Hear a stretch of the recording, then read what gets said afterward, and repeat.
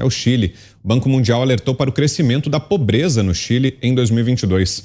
De acordo com a instituição, a liquidez da economia e a alta inflação são fatores-chave para a piora do quadro social. Desde março, o país é governado pelo esquerdista Gabriel Boric, que enfrenta altos índices de rejeição.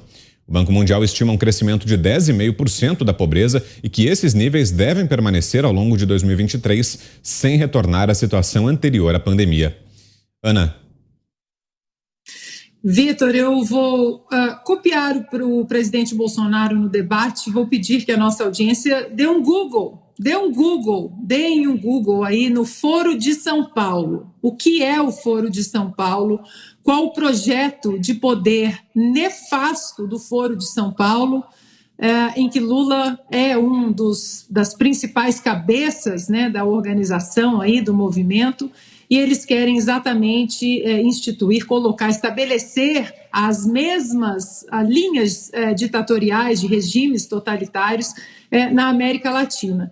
Então, já que estamos aí um pouco de mãos atadas, digamos assim, para fazer alguns comentários sobre um certo partido que adora usar vermelho no Brasil, embora a sua nova consultora de moda, Simone Tebet, esteja pedindo para que ele use branco, eu vou ler as próprias palavras, então, do PT em 2020 sobre as eleições na Venezuela, né? A nota que foi assinada por Gleisi Hoffmann, presidenta, segundo o site aqui do PT, do Partido dos Trabalhadores, diz o seguinte: o Partido dos Trabalhadores saúda as eleições na Venezuela e, de acordo com o partido, as eleições constituem mais uma grande manifestação da vontade popular no processo de transformação política, social e econômica daquele país ao longo das 2 últimas décadas.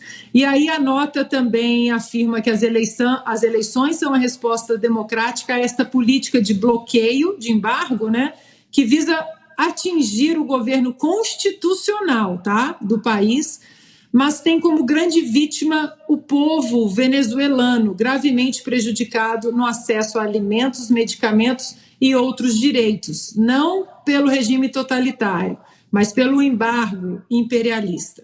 E aí o presidente da Venezuela, Nicolás Maduro, afirmou que o povo venezuelano pode dormir tranquilo, que temos uma nova Assembleia Nacional. Imagina se o povo venezuelano não pudesse dormir tranquilo, né? A presidente do Conselho Nacional Eleitoral, Indira Alfonso,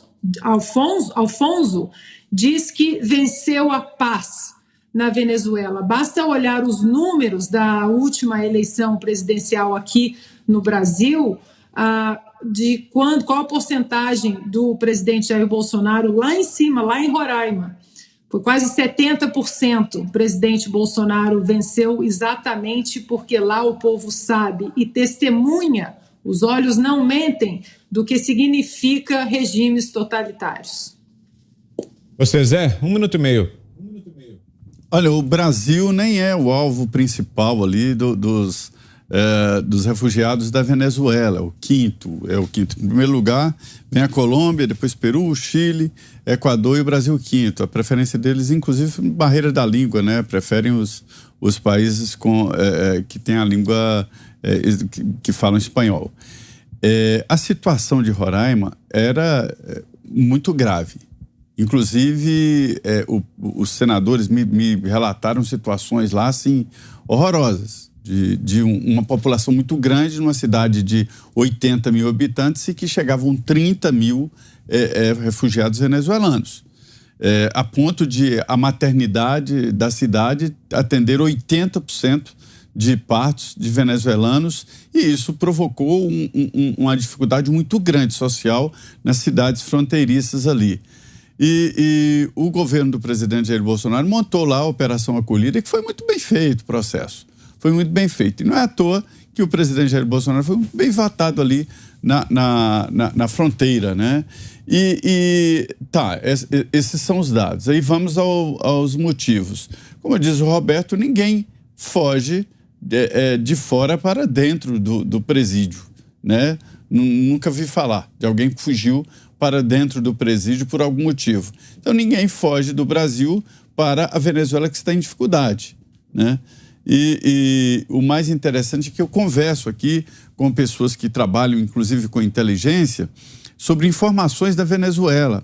E eles me relatam dificuldades até para a comunidade de inteligência para saber o que está realmente acontecendo na Venezuela e qual é o poderio bélico da Venezuela para se manter, mas há uma concepção geral de que a Venezuela está recebendo ajuda externa, né? Da China, da Rússia, e inclusive em armamento. E, num certo momento, se preocupou muito com a Venezuela, porque a Venezuela tinha armamentos. Nos bons tempos do petróleo, a Venezuela esteve bem, né? Exportava muito petróleo, não é porque o petróleo era caro lá atrás, ficou barato demais e depois encareceu de novo. Mas as refinarias venezuelanas estão sem funcionamento. Até porque ninguém investe lá. As refinarias brasileiras que estavam lá foram nacionalizadas da Petrobras. E o governo do ex-presidente Lula não fez nada, não reagiu a esse ataque ao governo brasileiro. Houve uma nacionalização de refinarias brasileiras por lá. Então, assim, essa é a realidade da Venezuela, quer dizer, está se destruindo e se fechando para o mundo. E quem paga, evidentemente, é a população mais pobre.